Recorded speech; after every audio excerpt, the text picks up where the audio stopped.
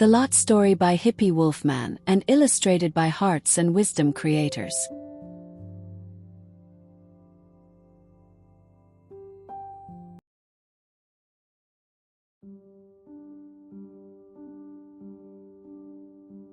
The Lot.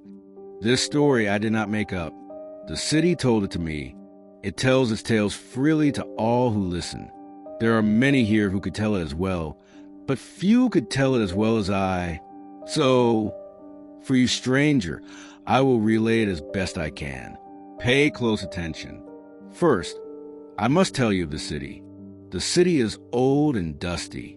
It has always opened its arms to the hungry, the destitute, the downtrodden, and the foreign. That is why, on one hand, it is so full it is nearly bursting, and yet, on the other, it is the picture of neglect. You are new here, I know, but you surely must have noticed. The city is also hungry.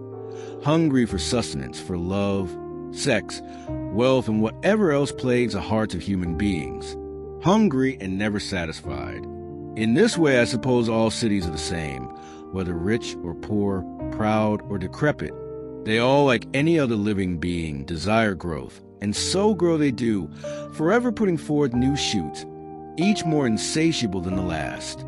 Soon, I believe, cities may cover all the earth until she suffocates beneath them. But we must move on. In this city, there is a vacant lot. All cities have lots, but their histories are usually short and their existence is ephemeral. This lot was never anything other than a lot. The city hungrily presses against it on all sides and yet cannot conquer it. The lot stands firm. In this lot are the vestiges of earlier times, made up of pokeweed, milkweed, field thistle, and snakeroot. In the center of the lot is an ancient oak tree with a great thick trunk and a healthy crown that grows more lush and greenish gold each spring. It is the most beautiful tree in the city. There is something else about the lot, too, something which cannot be so easily described. It is a strange place.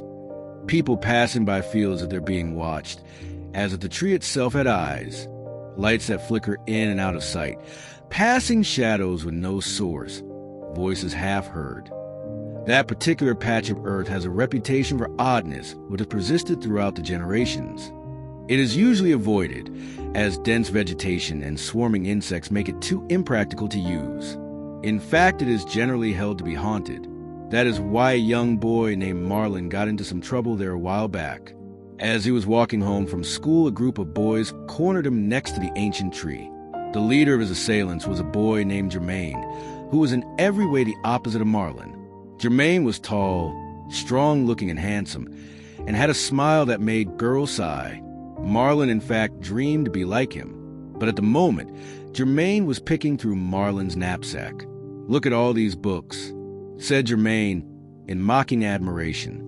"How much do you think you'd have to pay the library if we lit him on fire?" Marlin tried to act like he wasn't worried, though he had never taken a single drama course.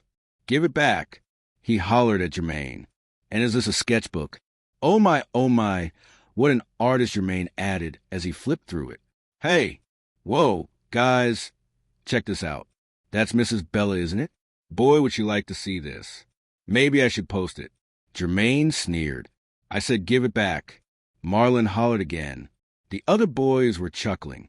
"All right, chill, I'll give it back. But first you got to do something," said Jermaine, with his handsome, mischievous smile. "What?" "Go to the tree. Knock 3 times and say the words." "What words?" "You know, the words. Don't play stupid, I know you know the story." Marlin conferred with himself. This was a dare that, up until now, no matter how many times he'd been asked, he had never succumbed to. Marlin was a smart boy. True, but a tad superstitious. He never walked under ladders, for example, but his foster mother, a bitter woman who liked old-fashioned discipline, would be furious if he told her that he had lost his bag and needed the money to replace the books from the library. He didn't have to ask for the money, of course. If he could stomach never taking out a book from there, again, a hard pill to swallow. Yet even if he gave up the books, he would be leaving a very detailed picture of his favorite teacher in his sketchbook, in the hands of a kid with maybe 1,000 or more Followers on Instagram. Maybe people would understand. It wasn't that bad of a picture. It was well drawn, capturing the way her lips moved when she smiled, and the way her skirt danced just above her knees when she bent over and... Okay, maybe they wouldn't understand. And if the rumor spread and Miss Bella found out and asked about it in class that Monday, perhaps, if he broke just this one taboo and showed that he wasn't a scared little child, perhaps, he might even gain a little respect. It was worth a shot, wasn't it? And wasn't just a tree? Okay, whatever he said, trying to feign calmness. He turned away from the boys and their snickering. He walked into the lot through tall stands of grass and weeds, dark in the starless sky, where tossed-out cigarettes tarnished the sacred ground. He reached out his hand and knocked on the tree. 1 time, 2 times, 3 times. Nothing happened. What did he expect? But still, he had to say the words loud enough that the boys would hear. So he closed his eyes and recited them. Little thing, come on out, or let me in. Turn me inside out my skin. When he opened his eyes, he could not tell if he was in exactly the same place or somewhere new. The same stands of tall plants grew around him, and the tree was still there in front of him. But there was a pale shimmer of light about them all, and their colors, even in the darkness, seemed deeper and more full. Gentle, half-felt waves of electricity coursed through the air and ran along his skin, making him tingle. The earth itself now seemed almost to breathe in a steady rhythm, rising up and down subtly, on the very edges of his perception. Further all around him, bright silvery tendrils of mist came up from the ground. They were thin wisps within his general vicinity, but they congealed into greater and greater clouds of fog the further. He looked in every direction, and beyond them he could see nothing. Yet when he glanced up, he saw the sky as it must have looked centuries ago. Marlin had never before in his life seen more than a small handful of stars at a time. Now he saw thousands. Mouth open wide, he stood there in silence and stared up at the darkly lit heavens. He did not stir from his position until a gruff voice interrupted him. Marlin jumped slightly back, and before him was a tiny being, something that looked like a man. There were several similarities between them. Their skin appeared to be the same shade of dark coffee brown. They both had thick curly hair, though Marlin's was kept in a little afro and the stranger's hung in long dreads all the way to his waist. However, there were a few important differences. Chief among them was that the man, though regularly proportioned, was only a foot or so tall. The man wore well-fitting jeans and a deep green jacket that seemed to be made of silk. He was scratching a thick goatee on his chin. The little stranger grunted again, his voice entirely too deep to be coming from such a small thing. If you could kindly tell your friends to stop knocking on our tree so damn much, that would be fantastic. You can handle that, can't you? It's getting tiresome, grunted the little man. I'm sorry, Marlin blurted. They made me, he whispered. He backed away slowly. They? Said the stranger as he swayed his head back and forth mockingly. What? You do seem to be the only other one here. Don't you? Would you look at that? I guess no one knocked on the tree, but you? He mumbled. If you're referring to the boys outside the lot, currently putting dog crap into your backpack, or to the one behind the tree who was supposed to jump out and scare you with the finesse of a drunken goat, I fail to see where they attach the little strings to your limbs by which they control your movements. What? Asked Marlin. My point exactly. You creatures are barely bright enough to control your own faculties, let alone each other's. Take some responsibility for your actions, would you? Now stop knocking on our tree, and especially don't do it and just run away. It is really quite rude. My wife gets excited for some company, and she is always saying check the door tree fingers. And by the time I get to the door, what do I see? Some idiot child running away. I haven't struck someone with sickness in a long time, mind you, and I cannot imagine what they are frightened of, or why they would ring my door in the first place. I have half a mind to start messing with people again, giving them hiccups that get worse and worse until they explode, or turning them mad, so they think they are donkeys. Mumbled tree fingers as he glared. Anyway, it is really not funny what you're doing. He grunted. Not funny at all. dig the rhyme, though, said the little man. Marlin said nothing. His mouth opened and closed as if to speak, and his heart was pounding out a rhythm with 1,000,000 beats per minute. But he stood as still and mute as a scarecrow. The little man, whose name apparently was Tree Fingers, sighed. He reached into his pocket and pulled out what appeared to be a small cigarette. He put it between his lips, and it sparked of its own accord. A familiar scent filled the air. Look, kid, chap, homie, Nino, whatever the heck they call you these days, do you get the message or not? Just nod your head yes or no, and I'll let you be on your way. A sharp whistle interrupted Tree Fingers. He took a deep inhale of his J, then whistled a little melody back. Even in his delirious fear, Marlin noticed the whistling sound was quite lovely. Then he turned his attention back to Marlin. Well, now you're stuck. My wife has asked you to dinner. Tree Fingers said. Tree Fingers, said his wife, as she marched out of the tree. By that, I mean she just walked right out of it. There was no doorway or opening to walk through. She merely moved through the solid matter like a ghost. She was both beautiful and alien-looking, possessing the same stature of her husband and an even darker complexion, as well as the same long, matted locks and all-black, inscrutable eyes. She wore a silky white sundress pale as the stars, and she held a cricket in her right hand that was either dead or unervingly still. Yes, dear? Asked Tree Fingers, puffing on a cigarette. Who is our visitor? How should I know? You haven't asked his name? No, I haven't. Why should I? He's just another dumb kid. Be that as it may, wouldn't it be nice to have a guest? Tree Fingers' wife asked. It's been so long. She paused in the middle of her sentence to bite the head off of the cricket and spoke with her mouth open as she chewed. Sorry, I'm so hungry, you know. Would you like to join us for dinner? She asked. Marlin did not want to stay. What he really wanted was to get the hell out of there. But he had not forgotten that the little man had implied that he could cause lethal cases of the hiccups. So naturally he nodded his head and obliged. Excellent. The little woman beamed. Come in. Meanwhile, back by the lot, the same lot where Marlin was and wasn't, Germain was consulting with the lackey he had stationed in a thicket of pokeweed near the tree. He just disappeared. The lackey shouted. No freaking way, Germain sneered. You need to lay off the juice. Germain shouted. Nah, for real. I'm telling you. I saw him knock on the tree 3 times. And say the words, and there was a flash of like fire or some crap, I don't know, and the little booger was gone. For real, I ain't kidding you, it's the truth. The lackey screamed. The other boys were laughing, but Germain was deadly serious. No way is this kid gonna get one over on us.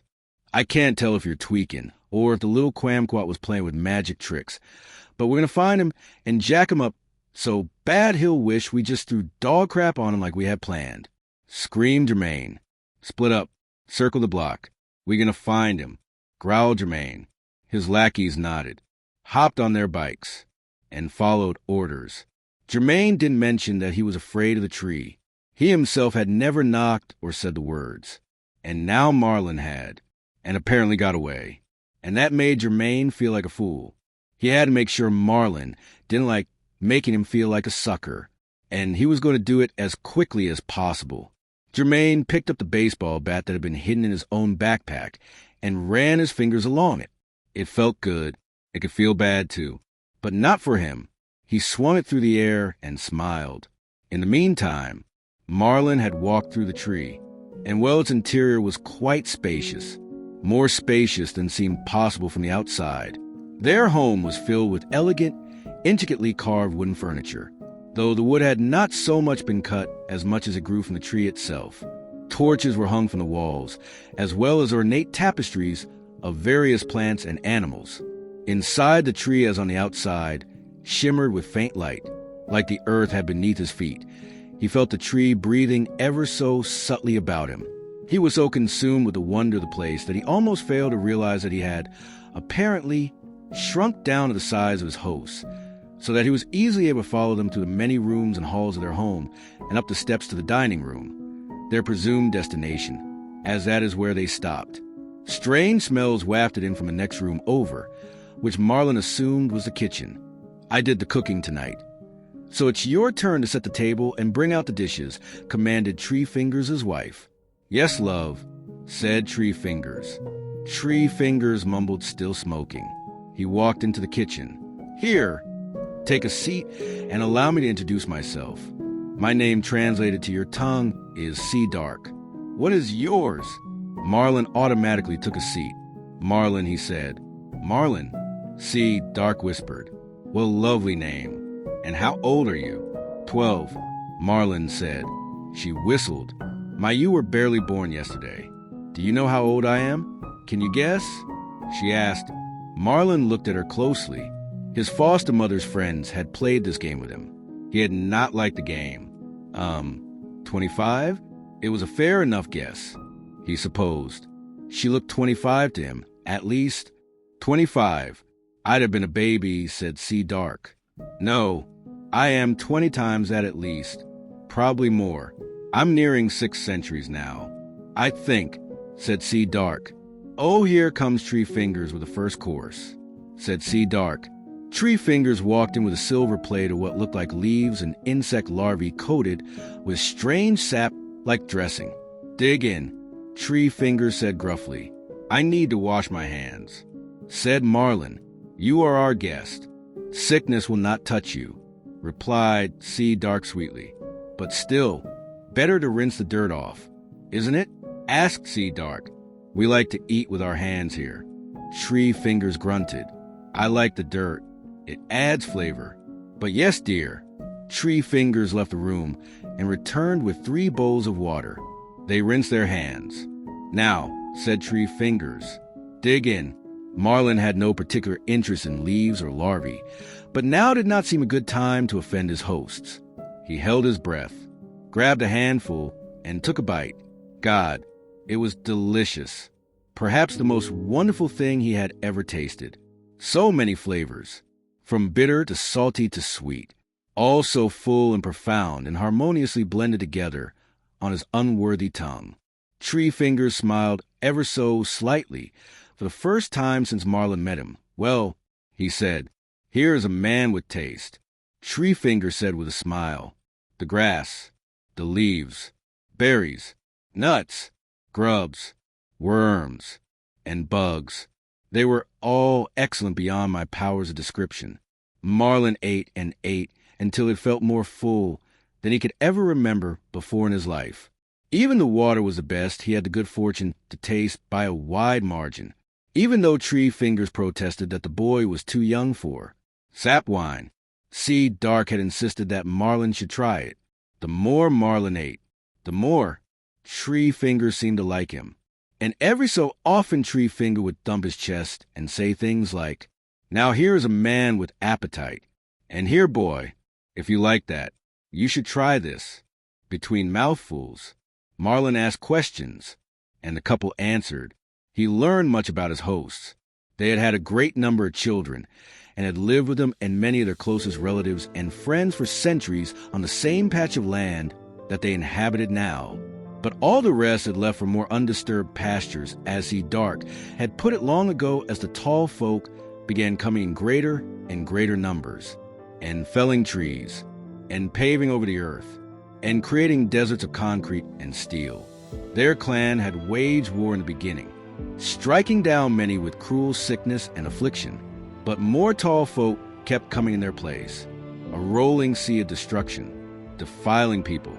And eventually it had been decided by the majority of the clan that it just wasn't worth it anymore. But Tree Fingers and Sea Dark, they had been the first to come here, far from their native land. So many centuries ago, this patch of earth was where they had made peace with the indigenous Fae, where they had planted and grown their tree, where they had brought their clan and raised their children. This little plot of land, for them, held within its soil too many memories to abandon. So they stayed and decided to outlast the city, as they hoped they would. For the Apuka lived in this plain a long time before they passed on fully to the other side. Apuku is what humans call us on this side of the Great Water, my boy Tree Fingers had explained.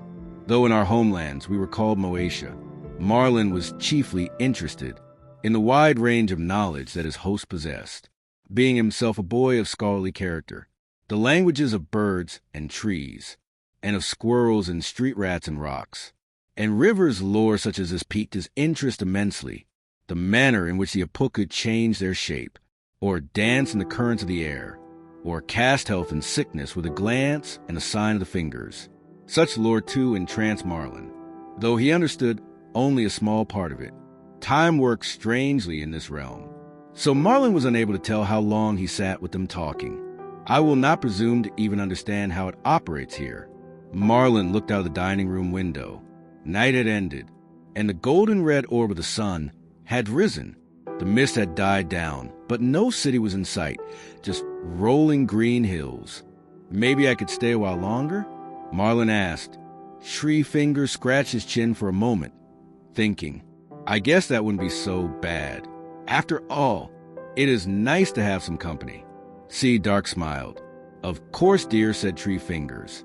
To Marlin, it felt like a long time had passed when he left his hosts. Only about an hour had gone by in our reality. Time did not always work that way when leaving the domain of the Apuku rules. To the uninitiated, might actually feel rather random, but it did work out pretty well for Marlin in the end. He had not been gone for a suspiciously long time at all, and no search parties, other than the ones that Germain had sent out, had been looking for him. Germain had been waiting by the entrance of the lot, drinking a beer. He had one of his lackeys fetch for him.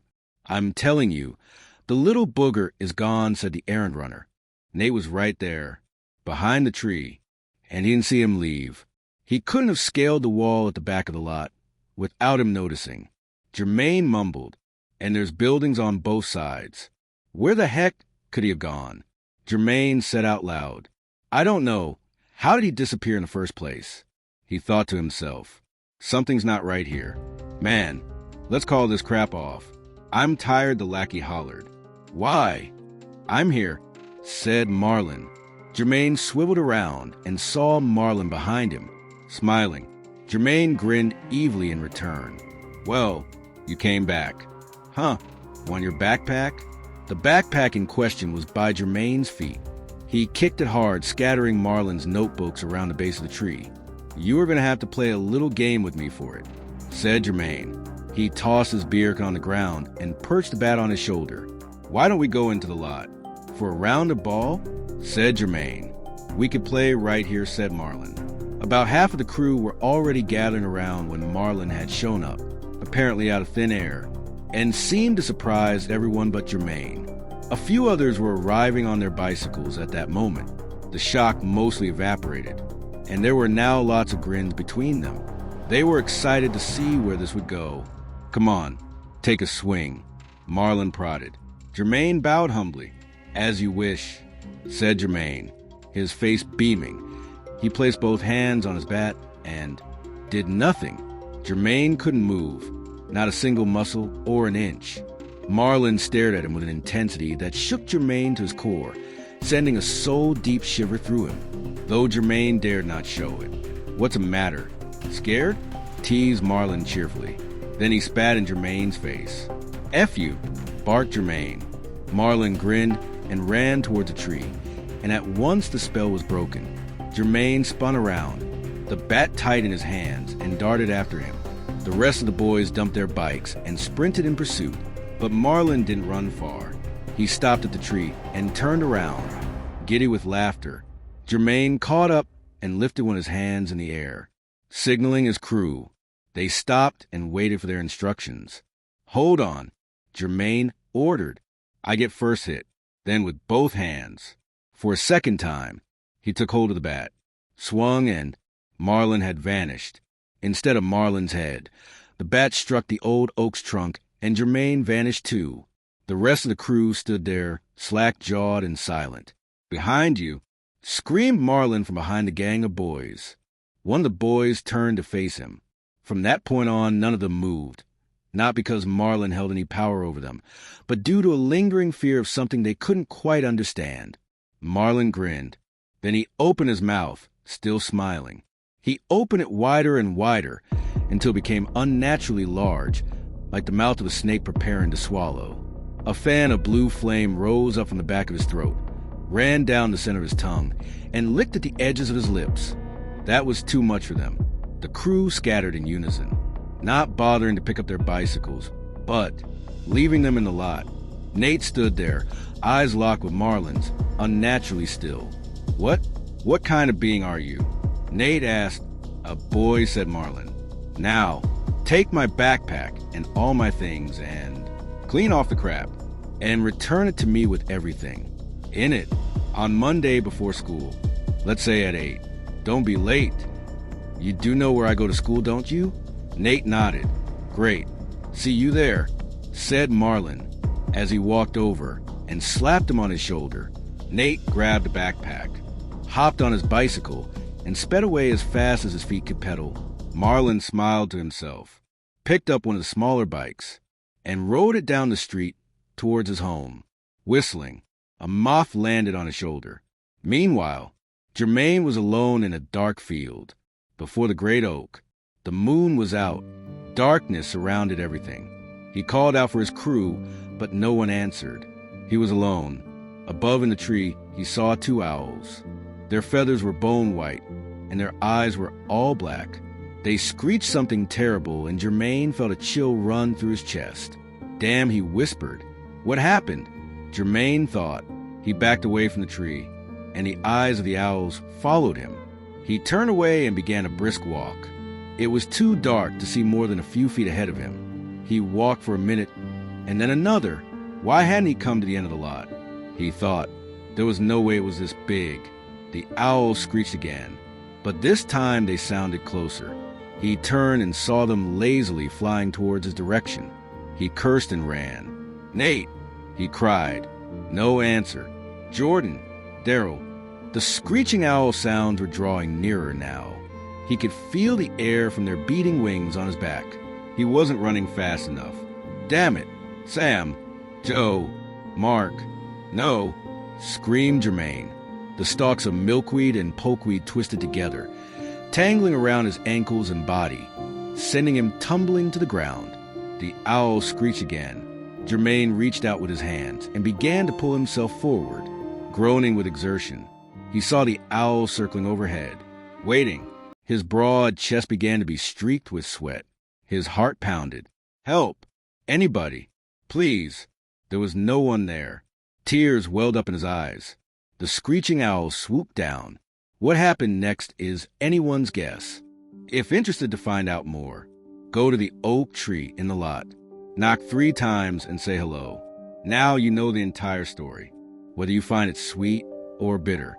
Take a piece of this fable with you and keep the rest under your pillow. We would like to give credit to Hippie Wolfman for writing this story. If you are interested in reading any of this author's stories, you can find him on Reddit platform. If you enjoyed this tale and would like to hear more, please hit the like button, share and subscribe to Hearts and Wisdom Creators LLC. Thank you and see you soon.